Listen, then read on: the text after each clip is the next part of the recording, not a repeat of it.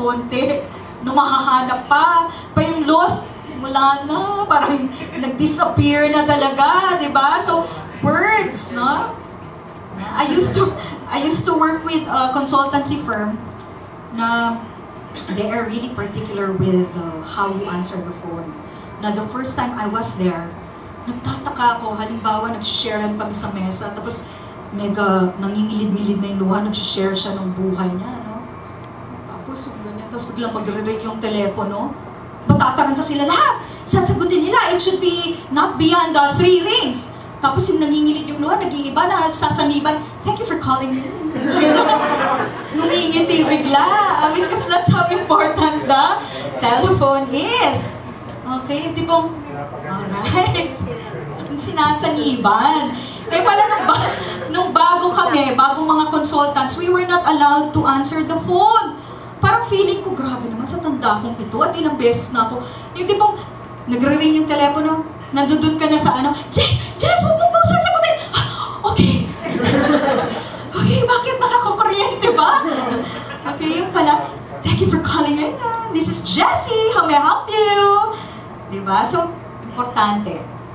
Because it may mean getting a business or not as well. Okay, so importante yung para-language. All the dynamics of the human tools will be the para-language, beyond the words that we say. Alright, so we are now going towards our workshop. Ayan, nakala nyo ha? Kala nyo, upo lang kayo dyan, napapagod na ako. Kaya naman magsalita. Okay. Ayan, so we are now going towards that. Otherwise, sasabihin nyo, ano ba naman, walang kwenta naman yung training program na yun. Okay, so there are guidelines. We are now going to talk about effective presentations.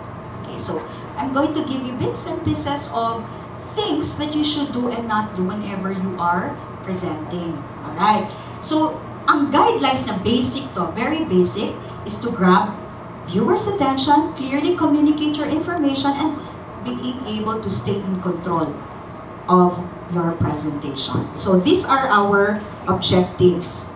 Okay, so let's go. Of course, a presentation skill would have a lot of structure and contents and packaging, and I will not deal with that anymore. But I'm going directly to the skills that you need to have for you to be able to present, okay, in an effective manner.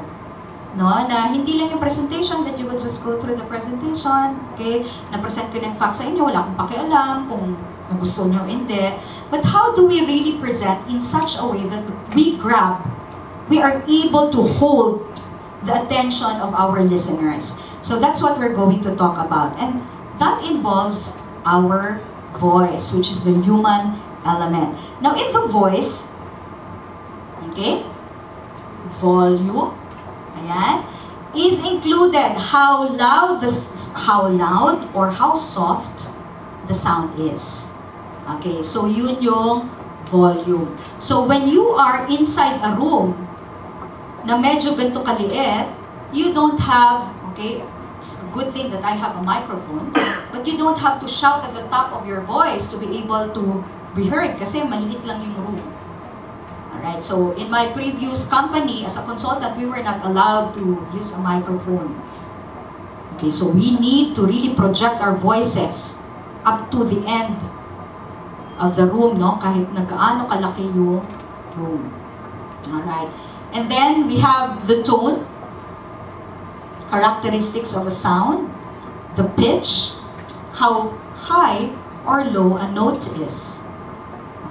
These are all elements that we need to have whenever we are speaking in public or speaking in a crowd. Okay? What else? We have pacing or audible pauses. Mga naririnig na pause. Meron bang ganun? Okay. This is how fast or slow one speaks.